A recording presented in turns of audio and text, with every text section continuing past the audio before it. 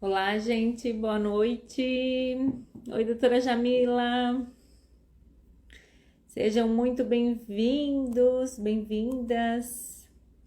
Cristiane, doutora Ali, doutora Raquel, a Ive, a Cristiane, a Tatiana. Sejam muito bem-vindas. A Estela, a Kênia.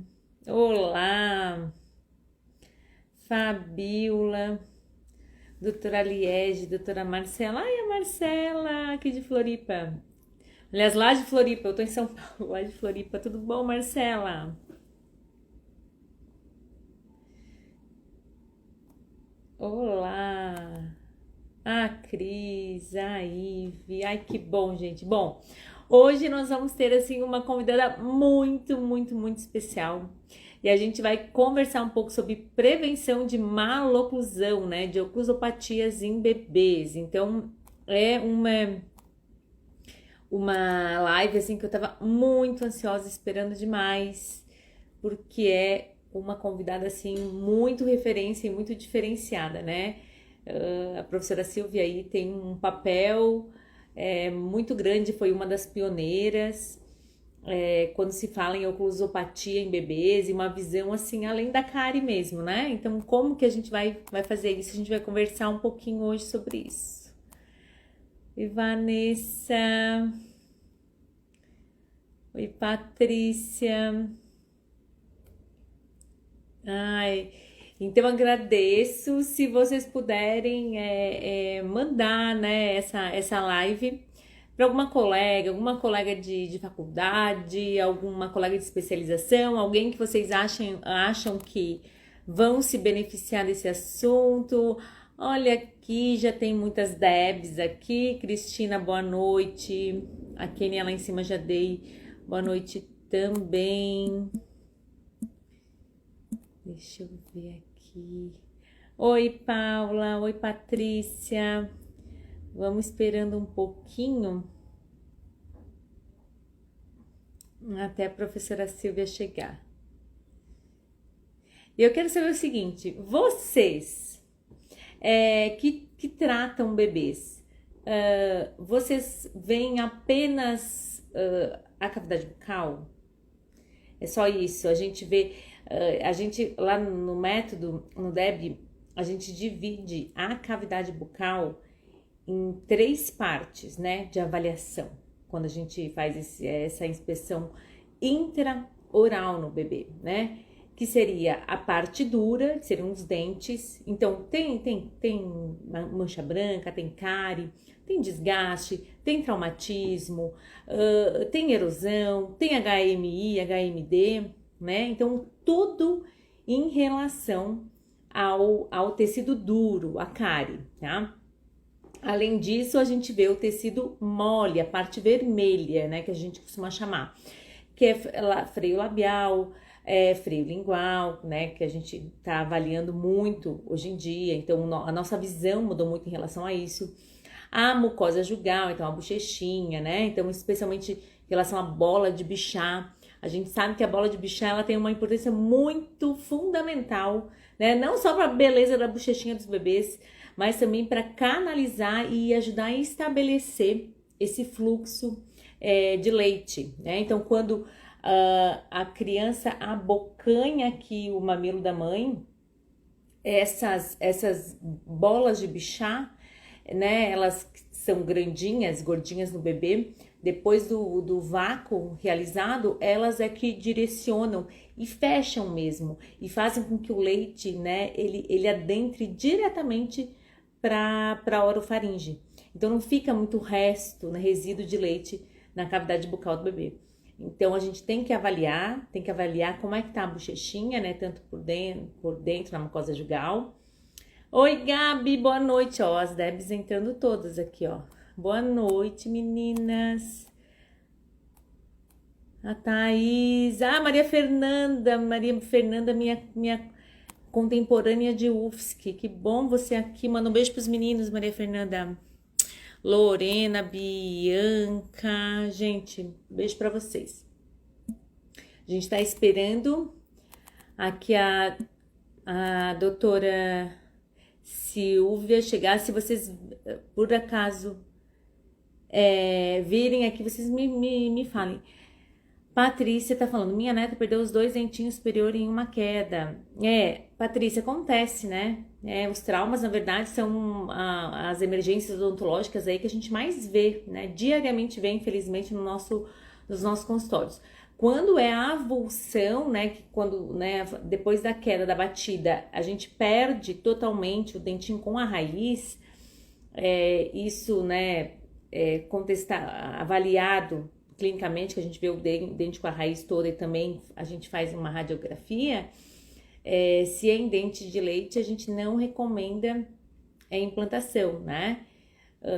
Então, realmente, a gente tem outras técnicas aí para ajudar a reabilitar de forma estética e funcional esse espacinho que ficou até o dente permanente nascer, tá? Mas é uma situação que dói o coração, né? Imagina a sua neta, né? A gente sempre fica assim, mas tem como, tá? Procure um dentista, um odontopediatra na sua cidade, tem como, tá? Kionara, mais uma Deb aqui. A professora Silvia chegou. Professora Silvia chegou. Então, gente, só para terminar, além dessa parte de tecido duro que a gente avalia também a parte vermelha de tecido mole, então freio lingual, freio labial, mucosa jugal, né, língua, gengiva, tem gengivite, tem sangramento, né? E além disso, oclusão. Mas será que o exame clínico bebê é só isso? É só olhar a boquinha? Né? O que vocês acham disso?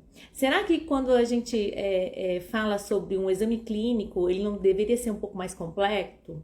Né? Um pouco mais complexo mesmo, porque a gente vai ver essa noite com a professora Silvia que a gente tem aí muita coisa para ajudar dentro, né, de uma equipe que pense da mesma forma e que consiga então alinhar e tratar e cuidar desse bebê lá desde bebezinho, né?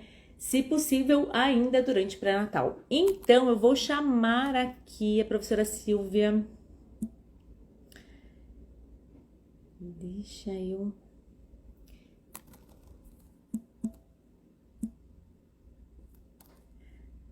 Gente, eu tô tão... Eu não sei nem o que dizer aqui. Tô tão feliz.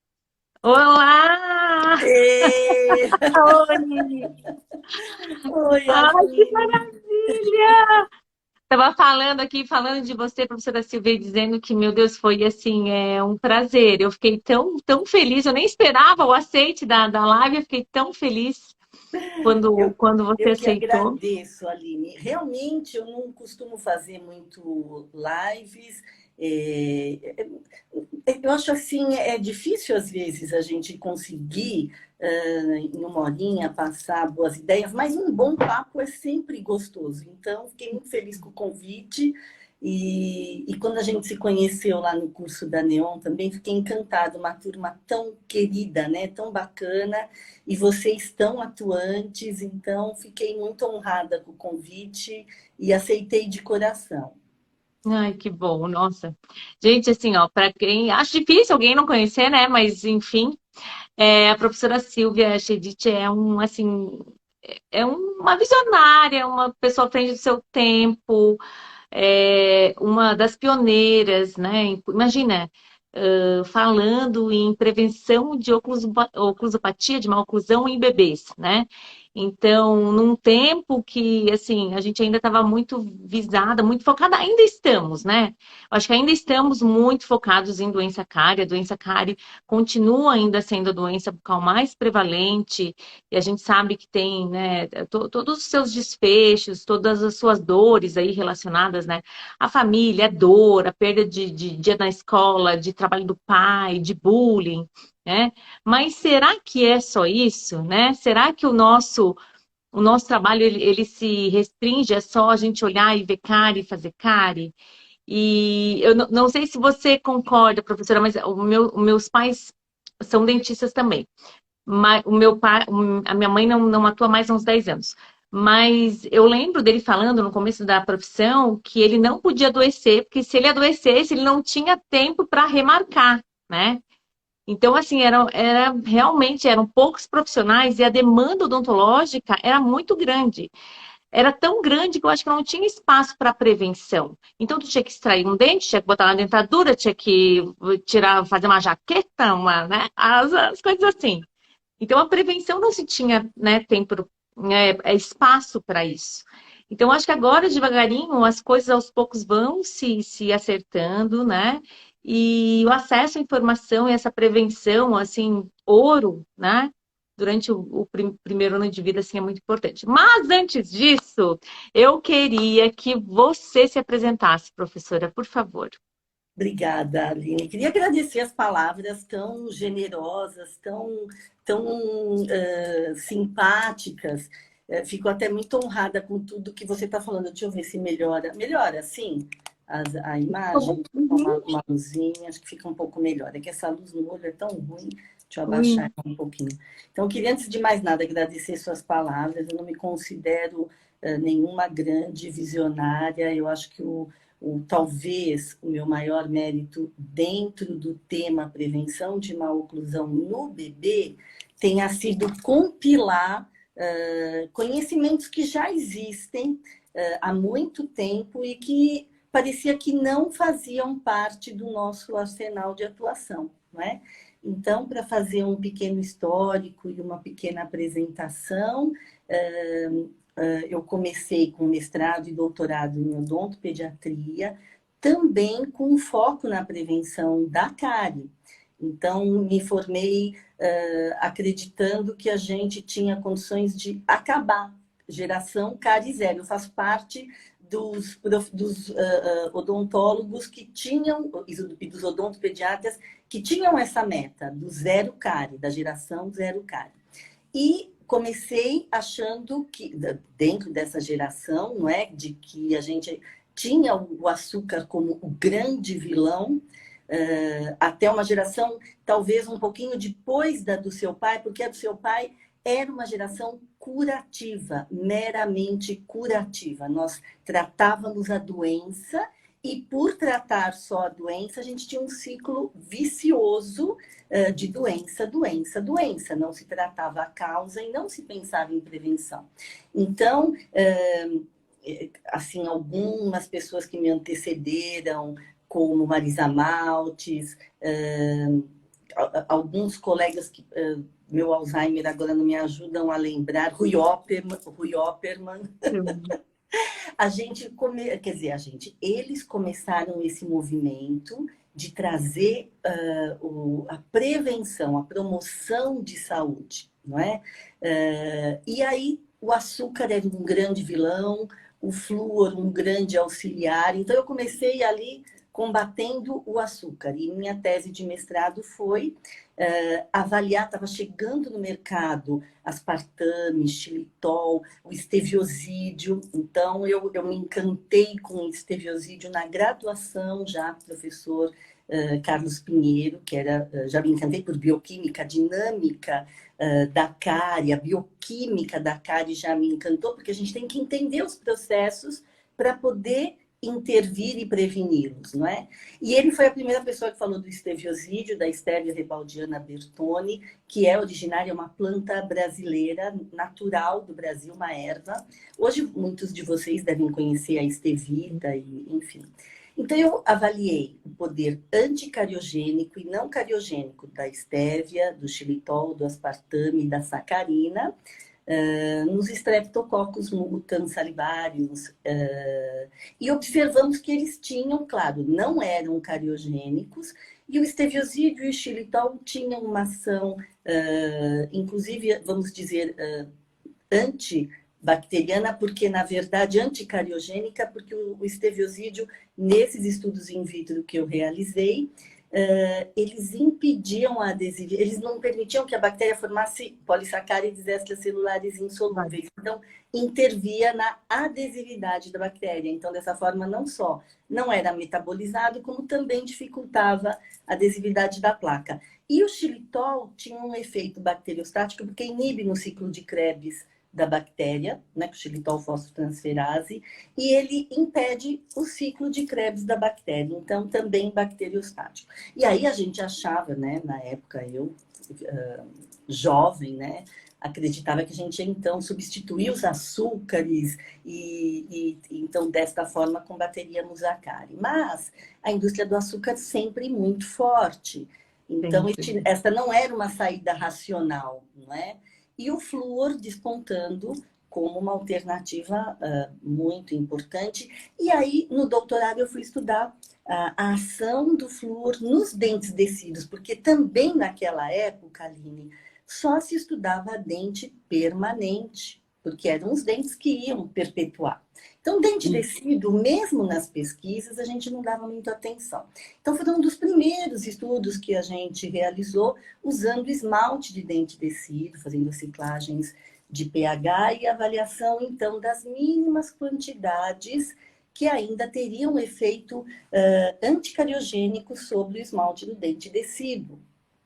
Então, foi muito legal. Não sei se todos vocês conhecem, mas nós estabelecemos algumas tabelas através desses trabalhos que a gente realizou com o professor Jaime, outro mestre querido, não é?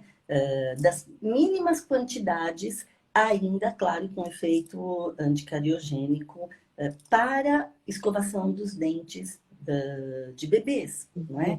Então, utilizamos como parâmetros não só a idade, mas número de dentes, peso do bebê e, claro, a idade. Então, com esses parâmetros, a gente consegue uma quantificação mais segura. E até depois desenvolver um dosador, também está publicado, para a gente ter mais segurança nas mínimas quantidades que a gente vai utilizar. Porque essas mínimas quantidades chegam a ser coisas, às vezes, até ridículas.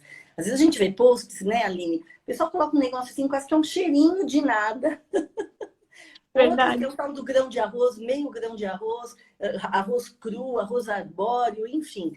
Fica um pouco difícil mesmo e gera uma insegurança que as pessoas ou as mães acabam colocando uma quantidade ou extremamente pequena demais, ou os profissionais que não têm muito entendimento até optam por não utilizar pasta com flúor para não correrem os riscos por até insegurança e ignorância no tema, né? Então, fomos aí com essa contribuição, mestrado, doutorado em odontopediatria. Mas aí o que foi acontecendo, Aline? Eu não via mais cárie nos pacientes da minha clínica, não é?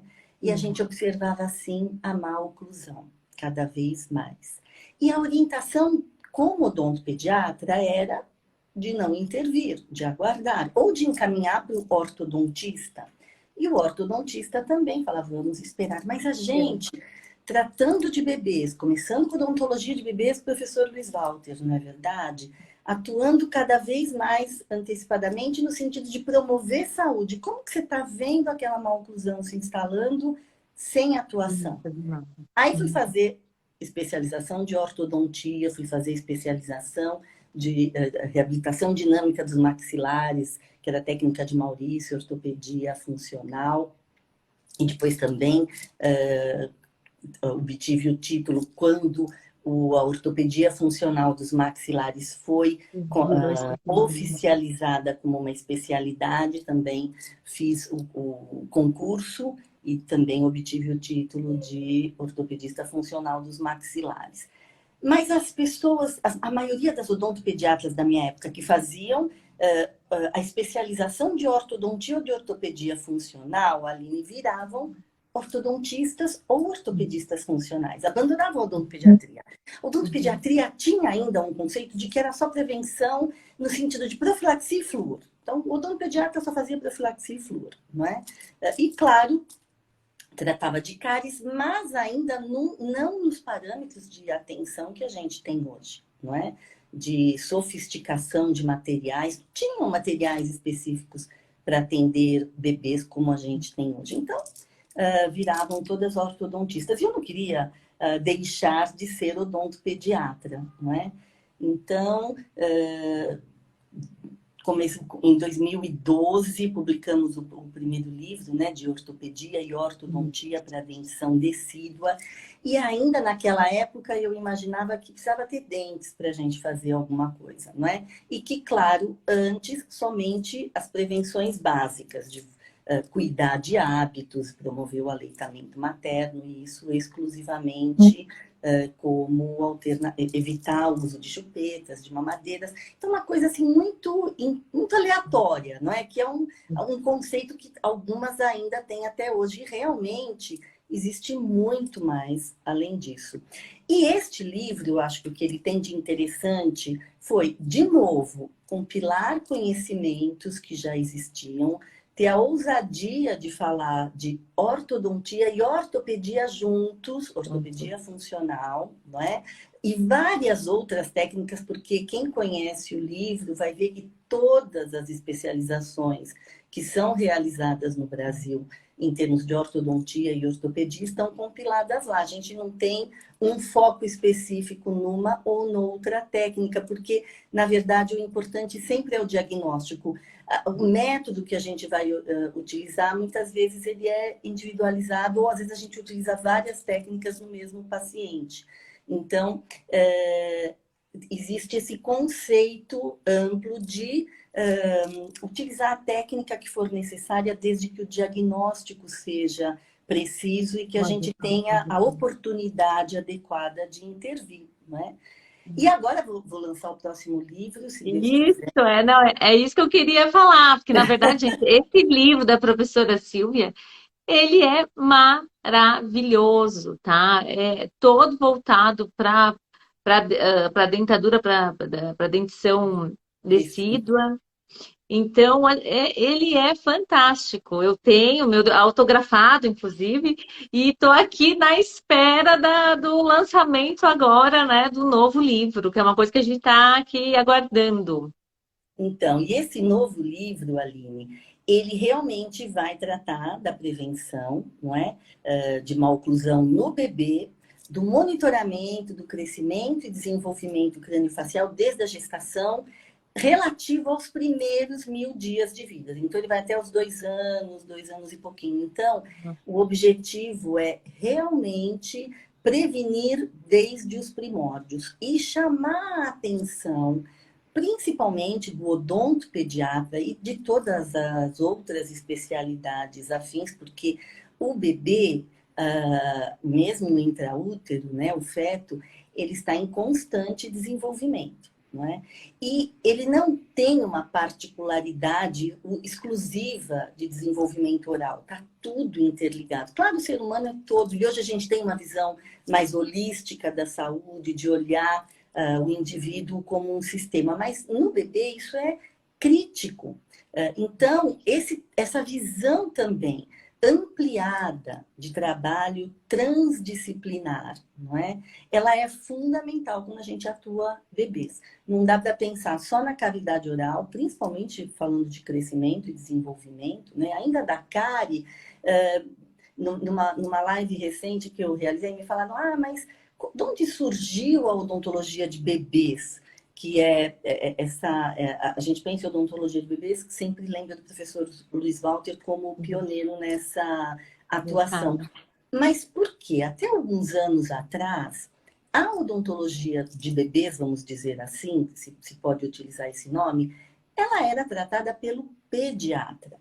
Então, o bebê neonatólogo, a criança pediatra, e já numa fase em que já tem os dentes, e aí precisaria de uma atenção específica, o pediatra não vai atuar nos dentes. Então, aí ia para o odontopediatra. Talvez na época do seu pai, nem isso, a odontopediatria também é recente, se tratava de 6 anos para frente, não é? Então, a gente que também peguei uma época que a gente começou realmente a atuar mais nos bebezinhos, e por quê? Porque a cárie de mamadeira, a cárie nascia os dentes decíduos e já cariados, nem o pediatra tinha condição de intervir. Então, o que você ia fazer nessa situação? Extrair todos os dentes? Porque na visão médica, muitas vezes, o dente está ali com problemas, extrai, principalmente se é dente de leite, vem outro aí, pronto, não é? E pronto, O exatamente. dente de leite não tinha uma valorização como a gente entende hoje. Então, teve uma necessidade de atuar no bebezinho. O professor Luiz Walter desenvolveu um trabalho maravilhoso, social, né, de atendimento em termos de saúde pública. Então, é uma referência a Bebê Clínica em Londrina e é um trabalho sensacional, maravilhoso. E a Eu partir fiz daí, uma especialização com ele. Ele foi meu orientador. que legal, que bacana. Maravilhoso, assim, né?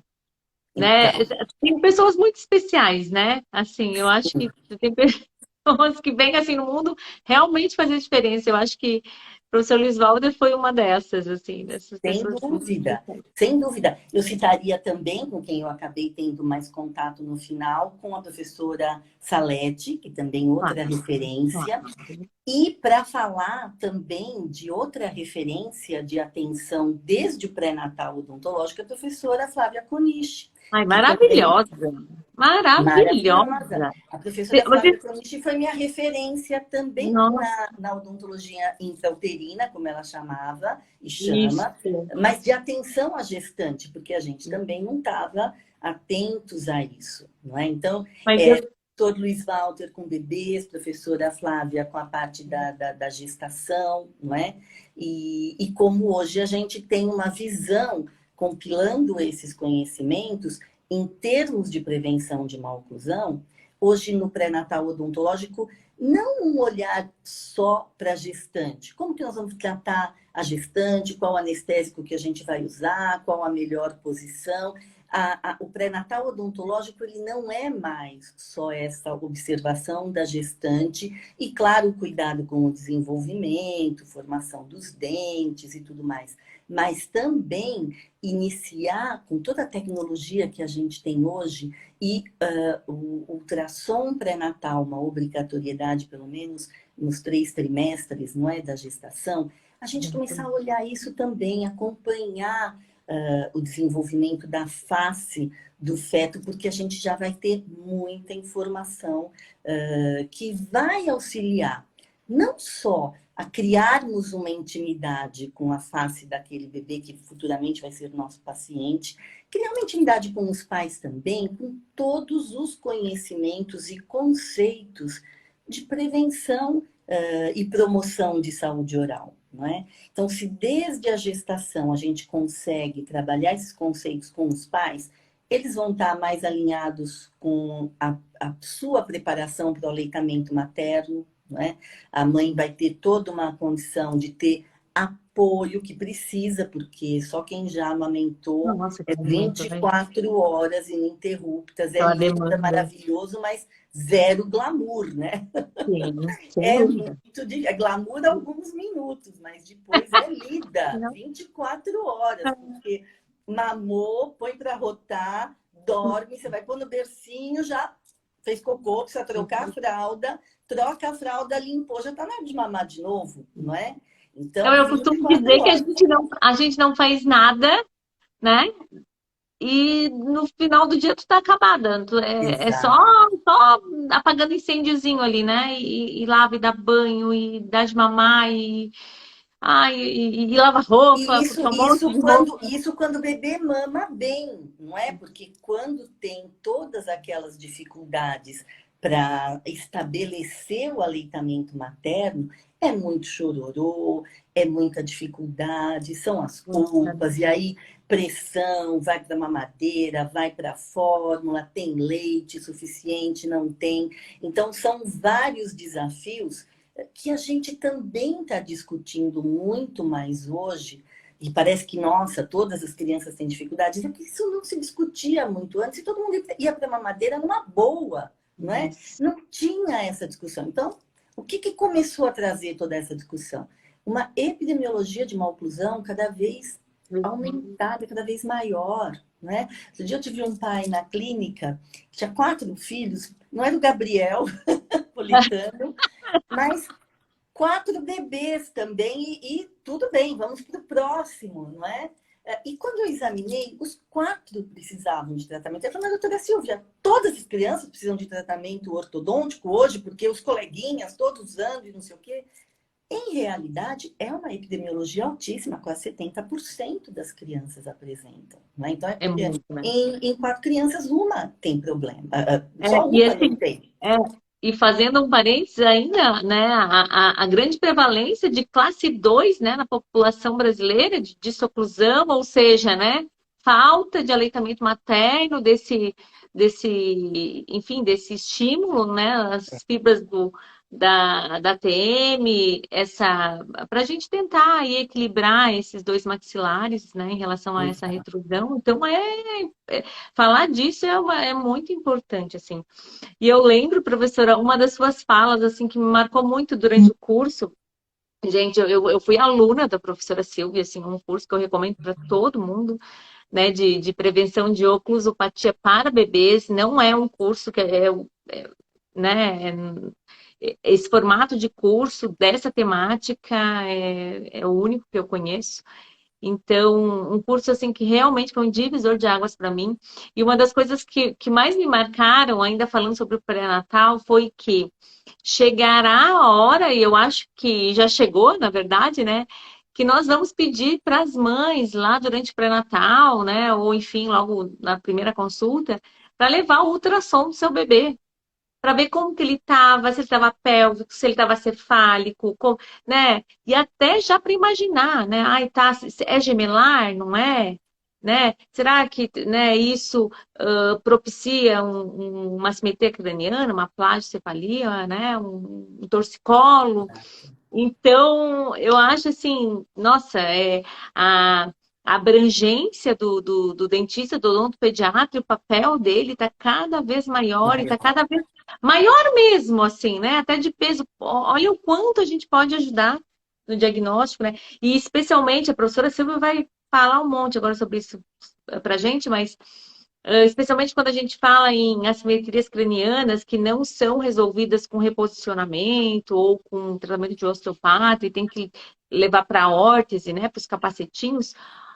Olha o quanto essa visão do odontopediatra ela contribui, né? Porque isso depende de tempo. Quanto antes tratar, né? Especialmente até ali o sexto mês, melhores os resultados, né? Então, depois de um tempo ali próximo, né, 9 meses, 10 meses, um ano, já não tem então tanto resultado. Então, olha a nossa importância, assim, né, nesse sentido. E dentro disso que você está falando, não é, Aline, eu acho que nós vamos viver uma revolução na odontopediatria. E talvez nesse ponto eu tenha assim, uma emoção muito grande de acreditar que vai ser assim, uma revolução e isso está breve. A gente vai ter que também mudar, como nós mudamos há alguns anos atrás a configuração do modelo de negócio, não é? Da odontopediatria, nós vamos fazer a mesma coisa agora para o atendimento de bebês. Porque se você pensar, o quarto de um bebê recém-nascido é o mesmo quarto de um bebê de 3, 4 aninhos? Não é. Completamente diferente. Sim. E nós ainda estamos num modelo de estrutura de clínica de odontologia de bebês no quarto de uma criança de 3 anos, não no quarto de um bebê de recém-nascido, 6 meses. Então, eu acho que essa já é uma forma de começar a entender por que às vezes a gente não consegue algumas respostas quando a gente está falando de bebês, não é?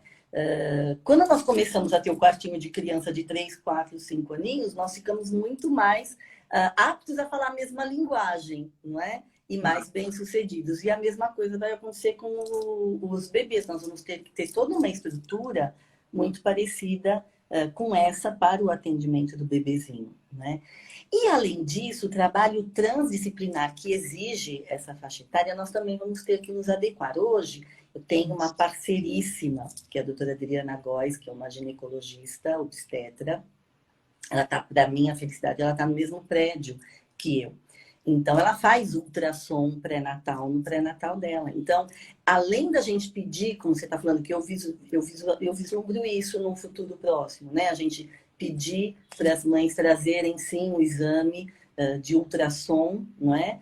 para a gente avaliar junto com elas e criar essa intimidade e trazer mais motivação para as atuações em prevenção de maloclusão e de promoção de saúde oral. Ela às vezes me chama, como a gente está no mesmo prédio, ela está fazendo ali um ultrassom, e aí ela vê alguma coisa que ela acha interessante, ou que ela, como ela também conhece do que a gente fala, isso ela pede para a doutora Silvia ver se ela está disponível lá, subir aqui para me ajudar a fazer um diagnóstico aqui. E aí a gente, às vezes, já observa a micrognatia, não só a retrognatia, não é? Os movimentos que a língua está realizando, abertura, fechamento, isso tudo a gente consegue hoje, graças à tecnologia, não é? Visualizar com muita precisão. Então, isso é um mundo que está se abrindo, sem dúvida, e que vai ser uma coisa muito bacana num futuro, eu espero que não tão distante. Então, aí a gente já inicia, desta forma, todo um condicionamento dos pais, né? Um acolhimento dos pais e do bebê, do futuro bebê, para a clínica. Então, é muito fácil essa transição. E aí nasceu, claro, se a gente puder trabalhar, e é o ideal, ter na equipe o fonoaudiólogo, o osteopata, como você está falando, o pediatra que vai fazer o diagnóstico de uma plagiocefalia, a obstetra que está vendo também o tipo de parto, o osteopata que já vai estar atuando ali, imediatamente observou qualquer alteração nos primeiros 3 meses, eles conseguem, com os procedimentos em osteopatia, alinhar, colocar o crânio dentro de uma anatomia já mais simétrica, o trabalho do osteopata nesse sentido bastante importante. Muito importante. Fono, para auxiliar que a gente tenha todas as funções do sistema estomatognático estabelecidos junto com a gente, para que a gente tenha uma anatomia de arcada superior, arcada inferior compatível e junto com a fono, com a enfermeira, às vezes se está em UTI neonatal, se está no hospital, estabeleceu o aleitamento materno, né? Então, você veja, é um trabalho transdisciplinar. E esse conhecimento, você veja, o osteopata está trazendo muito de conhecimento para a gente de assimetria craniana. As fonoaudiólogas, muito do conhecimento do aleitamento materno, não é? A pediatria, a ginecologia. Então, o otorrinolaringólogo, claro, a parte da respiração. Então, esta troca de informações e o que a internet nos traz de conhecimento em tempo real, não é? Em 1 minuto, viralizou para o planeta a informação. Então, a informação hoje ela é muito mais horizontalizada. Então, rapidamente, para bem e para mal, né? Rapidamente a gente consegue que informações importantes cheguem, que todas as pessoas tenham acesso a informações importantes e, às vezes, também, né? Ou na maioria das vezes ainda, informações, às vezes, não tão adequadas ou não tão corretas e giram uma... Mas a gente vai chegar num formato em que isso vai ficar equalizado de acordo, né? Que as informações vão ser as corretas, chegando rapidamente e da forma como deve. Então, dessa forma, a mãe no pré-natal odontológico, já ao nascimento, ela já sabe aonde ela vai procurar uma solução quando o problema acontece. É diferente quando ela percebe que não consegue amamentar, que percebe que tem alguma dificuldade, mas não sabe a que profissional procurar, não é? Correto, e aí, quando chega no profissional correto, às vezes já está na mamadeira, já temos alterações importantes da anatomia do palato, ou mesmo uma retrusão, que às vezes já vai ser mais difícil de tratar, não é? Então, quando a gente consegue fazer este monitoramento constante, nós vamos fazer o mesmo que aconteceu com a cárie, porque hoje nós já vamos ter a geração zero cárie, muito proximamente nós vamos ter uma geração também com uma oclusão saudável e adequada, não é?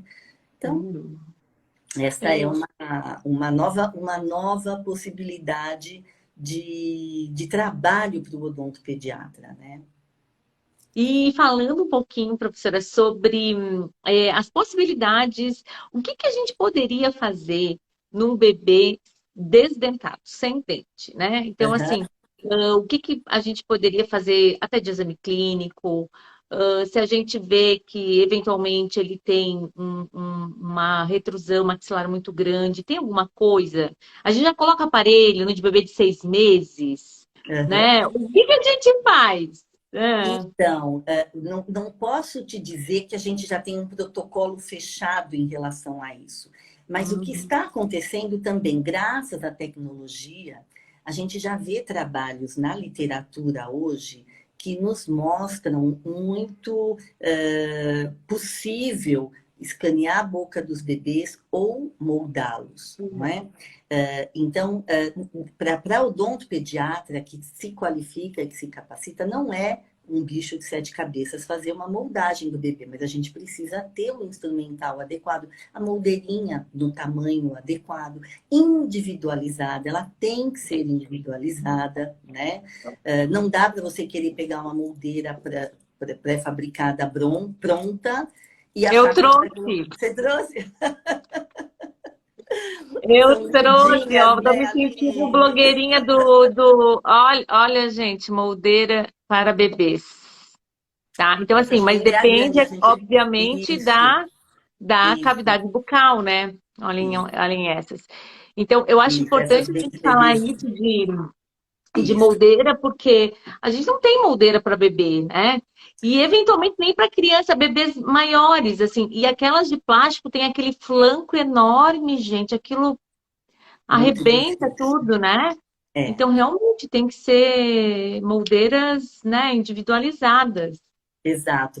Então, o que a gente poderia esperar de um exame clínico do bebê com ênfase no monitoramento do desenvolvimento craniofacial, né?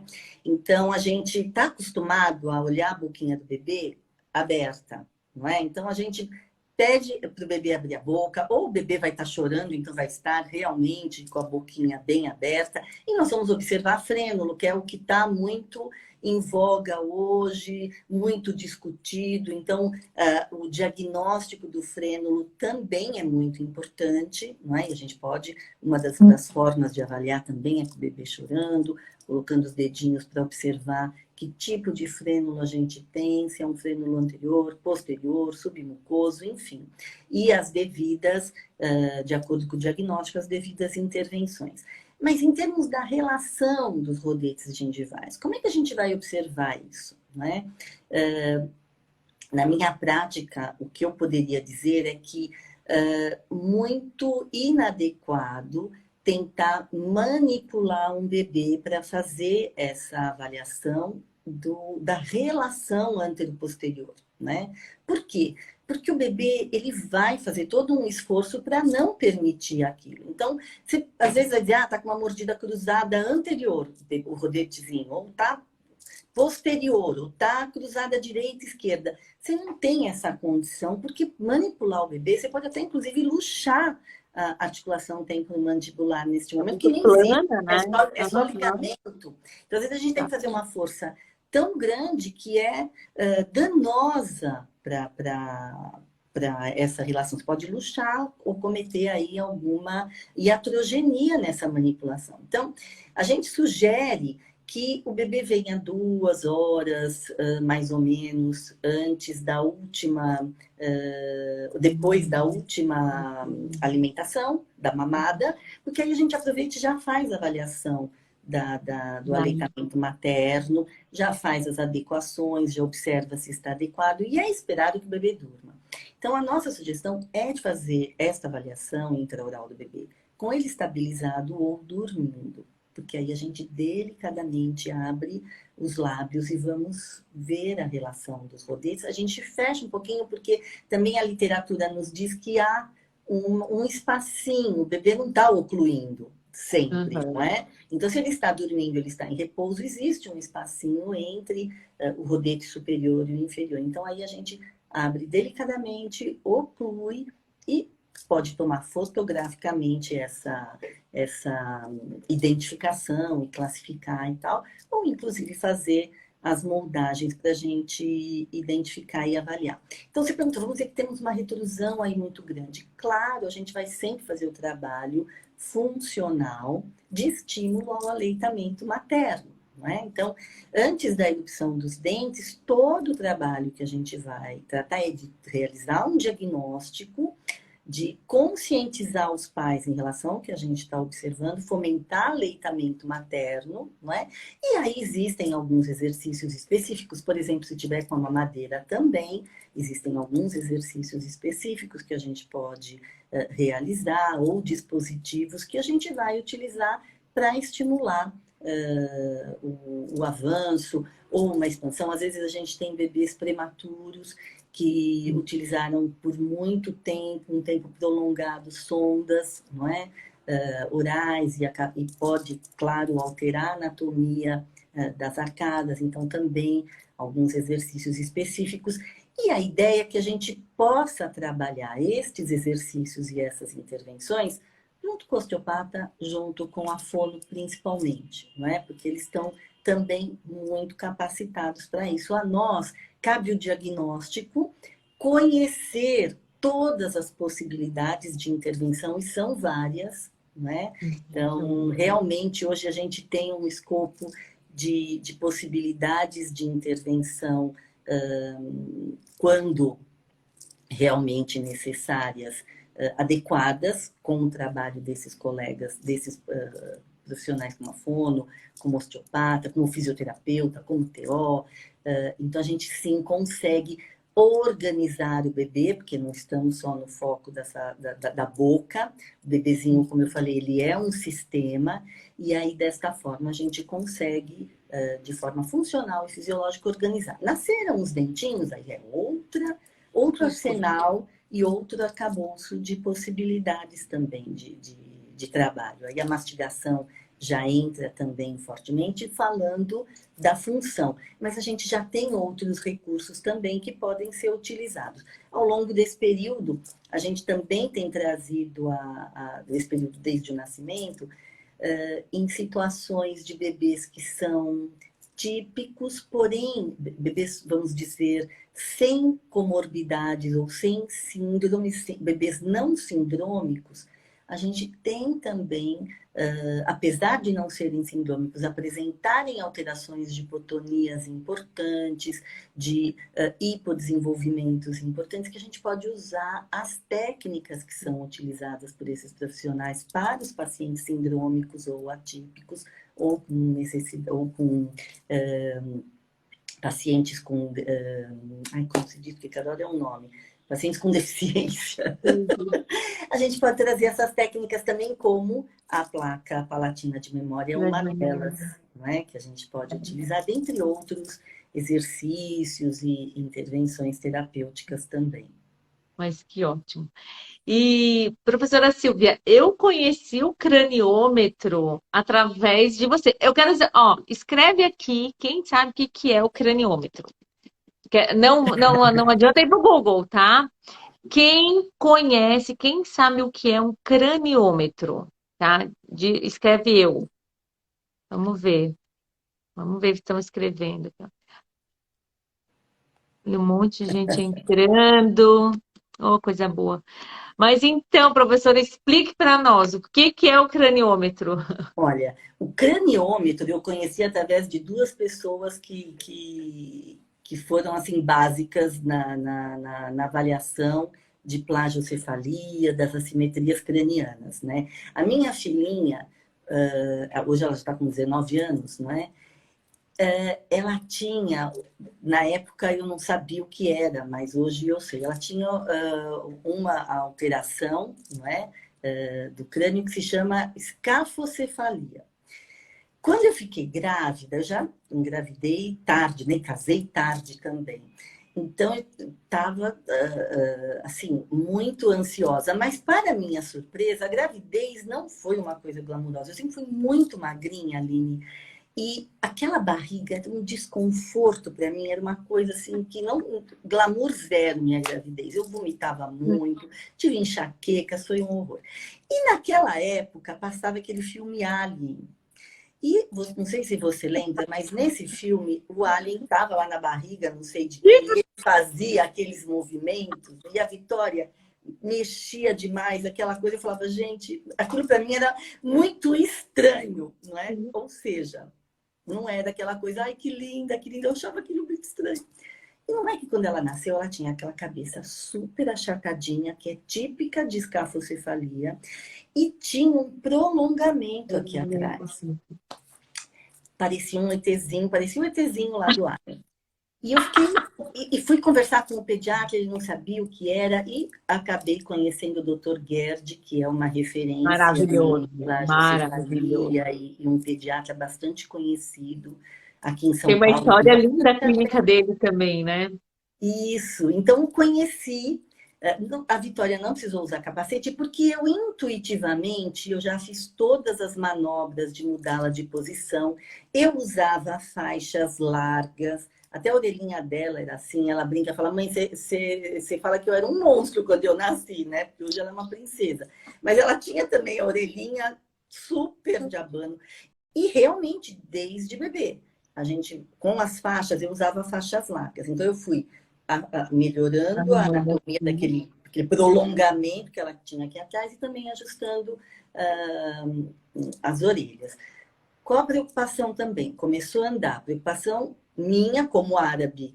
O narizinho dela era esculpido de tão lindo. Meu marido tem um nariz muito bonitinho. Eu, árabe, a minha neura de nariz com ela. Então, ela nasceu, ela tinha um narizinho lindo. Então, eu tinha duas preocupações, a de árabe e a de odontopediatra.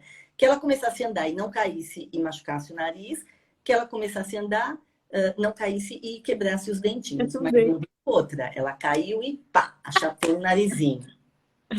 E aí, Aline, também, pergunta para os pediatras, não, é só cartilagem nessa época, não tem o que fazer, não se preocupe. Coincidentemente, uma amiguinha dela, que é amiga dela até hoje, caiu na mesma época, achatou o nariz também. Mas a mãe não era odontopediatra e não era árabe, não estava preocupada.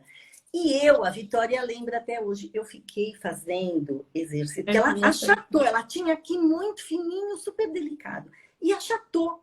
Então, eu ficava massageando ali, que ela lembra até hoje, porque doía, e eu não queria nem saber, eu fazia. Então, eu fui remodelando o narizinho dela, que ficou perfeito. Então, quer dizer, instintivamente... Claro, gente, isso é uma conversa super empírica, é histórico para a gente dar risada. Mas ela ficou bem. E a amiga que não fez nenhuma intervenção, ficou com o narizinho totalmente achatado.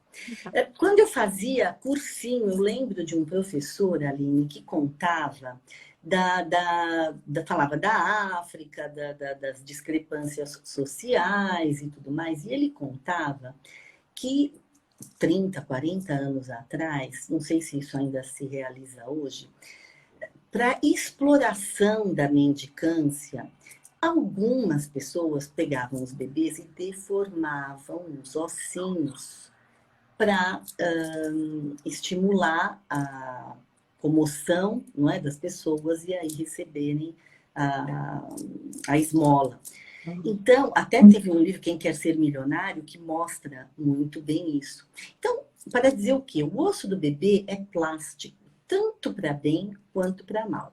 Se um dedo, uma chupeta podem fazer as alterações que a gente sabe e rapidamente, um tubo num bebê prematuro, em 10 dias ele já causa uma alteração oral.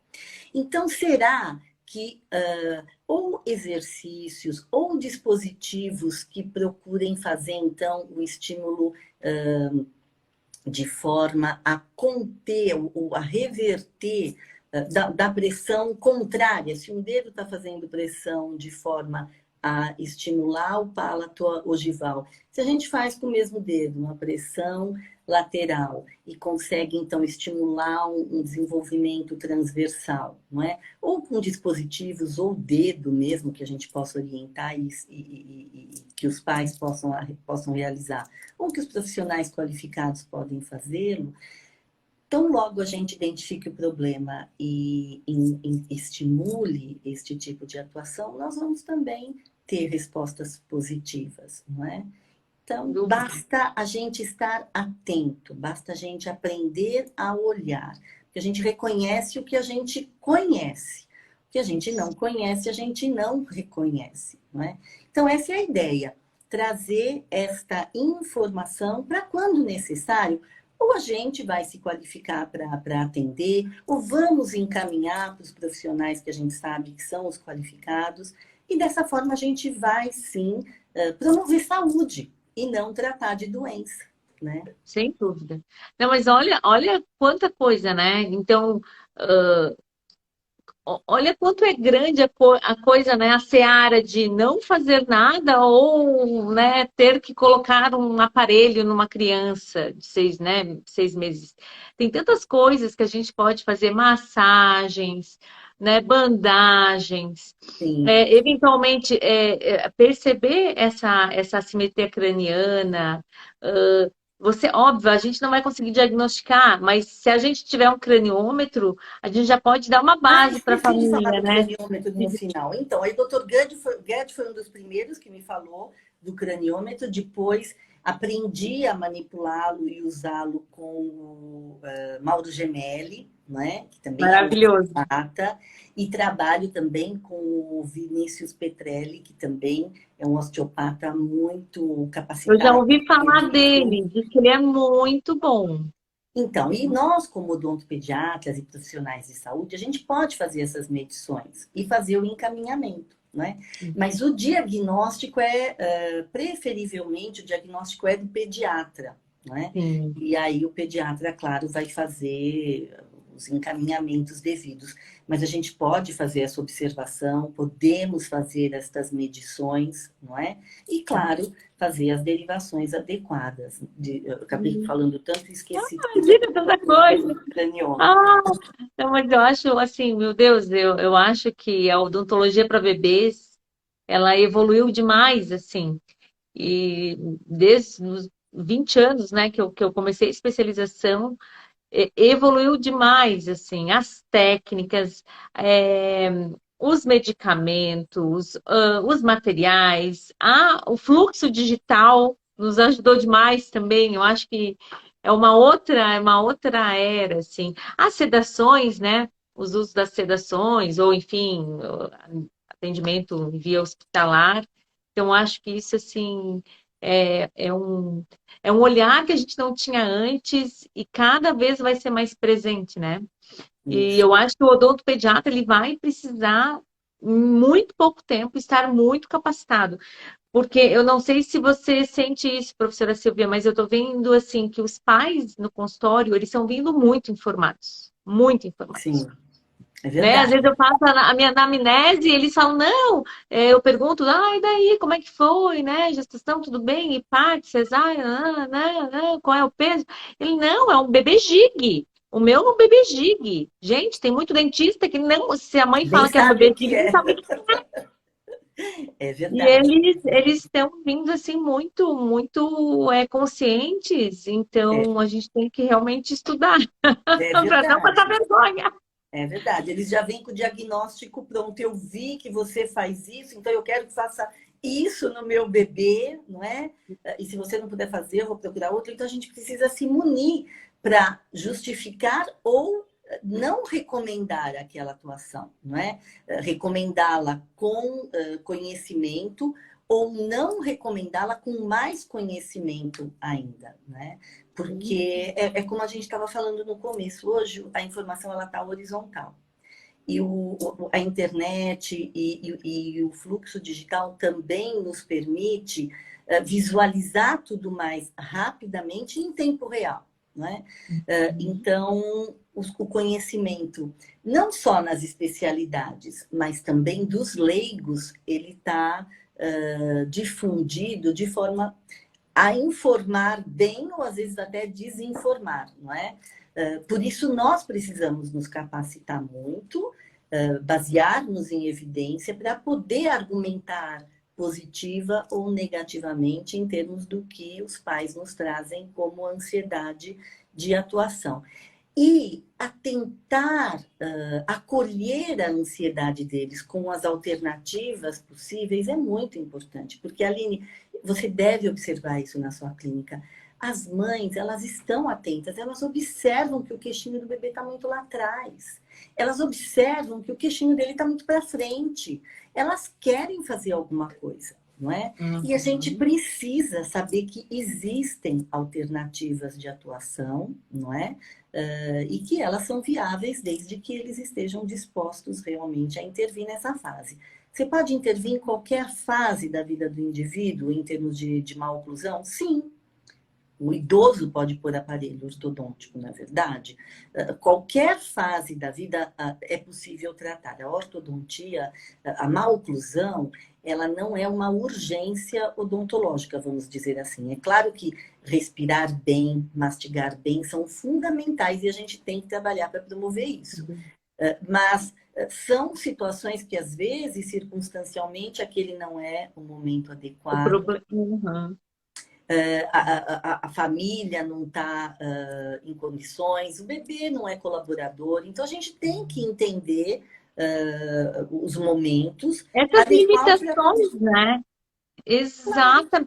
E sabe o que é também, professora Silvia? Na verdade, eu acho que às vezes o odontopediatra, ele coloca uma... Eu ouvi isso de uma médica anestesista que eu trabalho. A Milena falou um dia assim, Aline, a doença ela não é tua. Tu tá aí para resolver. A cárie da mãe da criança, quer dizer, a gente fica assim, ai meu Deus, eu tenho que resolver. Tem que, olha ali, aquela classe 3 aquele queixo indo para frente, eu tenho que resolver. Mas exatamente, a família não internalizou, não entendeu, a criança não está no melhor momento. E E tá ok, na tudo verdade. bem, exatamente. Exatamente. E E tá tá tudo tudo bem. Qual que é o nosso papel? Orientar, informar, porque ela nunca vai dizer lá na frente, nossa, ele tinha isso, ninguém me falou bem, me nada. falou. Não, Uhum. pode dizer, foi informada, quer tratar? Temos como tratar. Não quer? Ok. A gente não precisa também realizar sobretratamentos em situações que aquilo não é um grande problema, não é?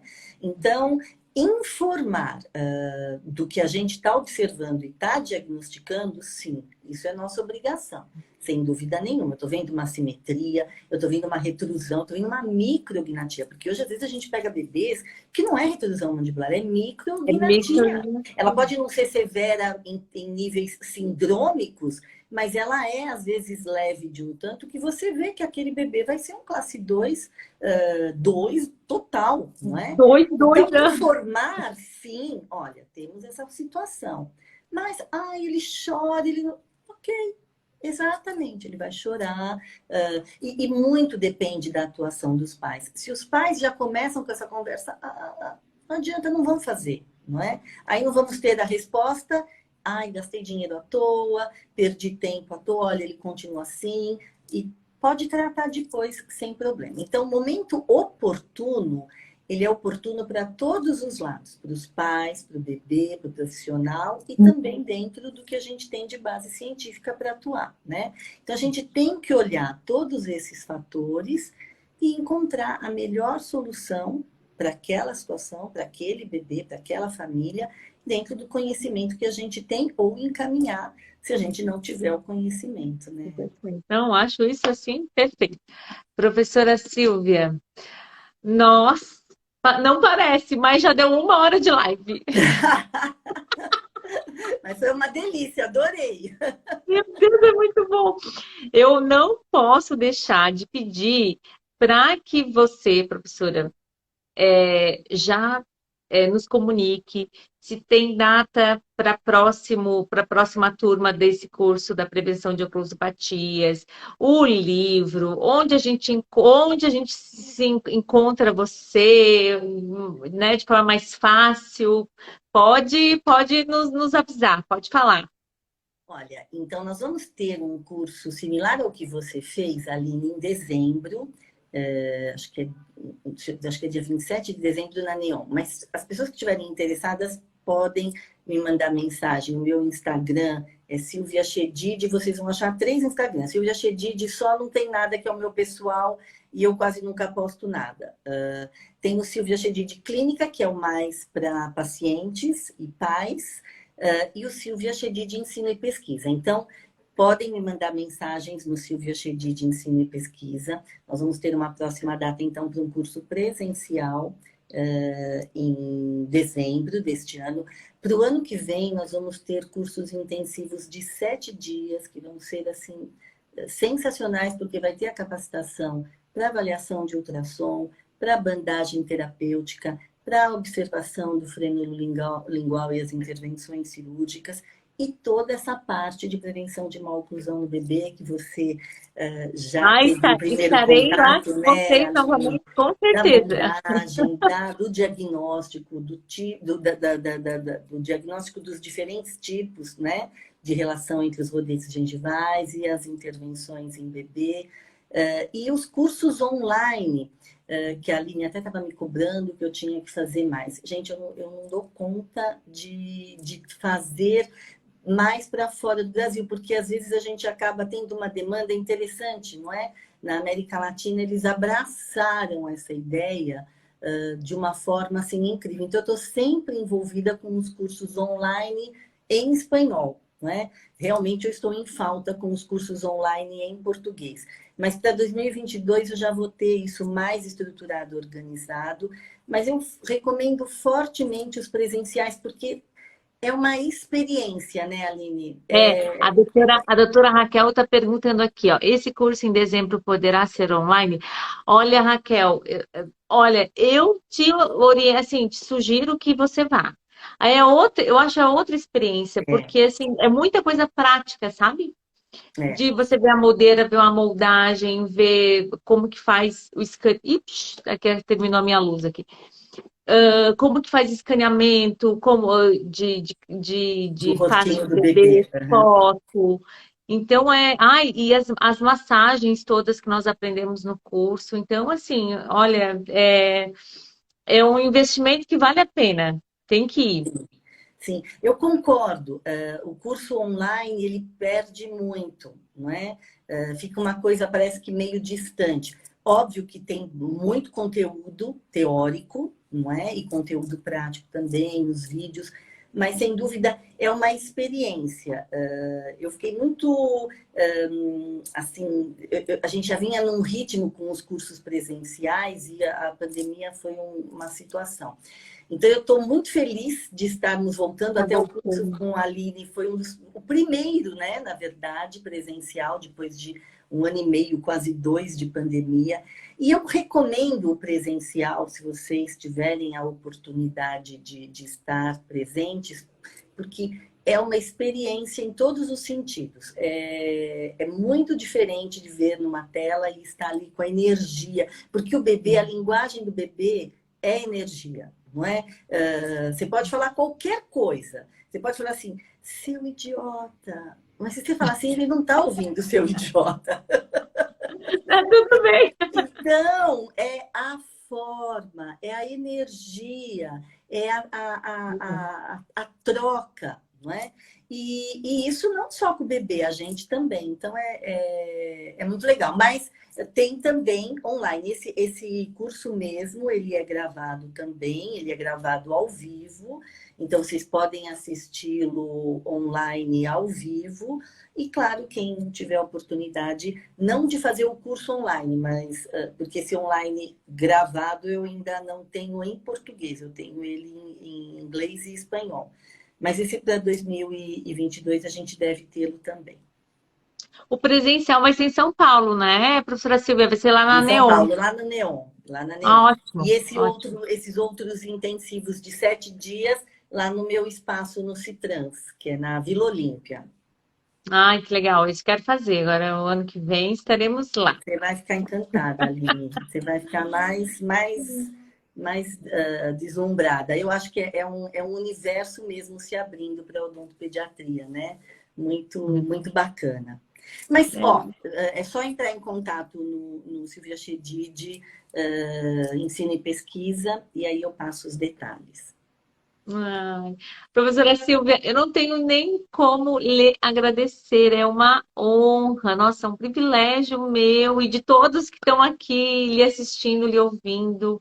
Muito obrigada. Eu tenho uma admiração assim, ó, é muito grande, um carinho imenso por, né, toda a sua contribuição, especialmente agora nesse último curso. Eu acho que afinou muito, muito ainda mais, né, isso em mim.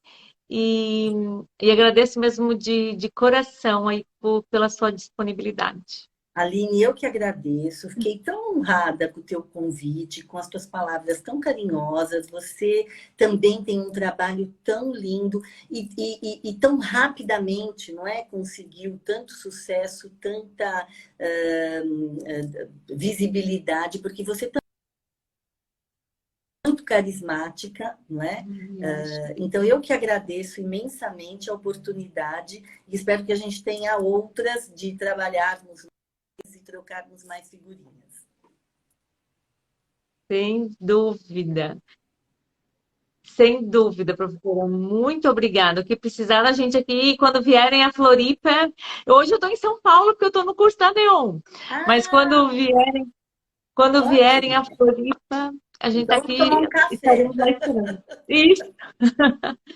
Professora Silvia, Um um beijo, beijo querida. carinhoso. Beijo, beijo, beijo para todos. Tchau. Beijo para todos. Tchau, gente. Boa noite.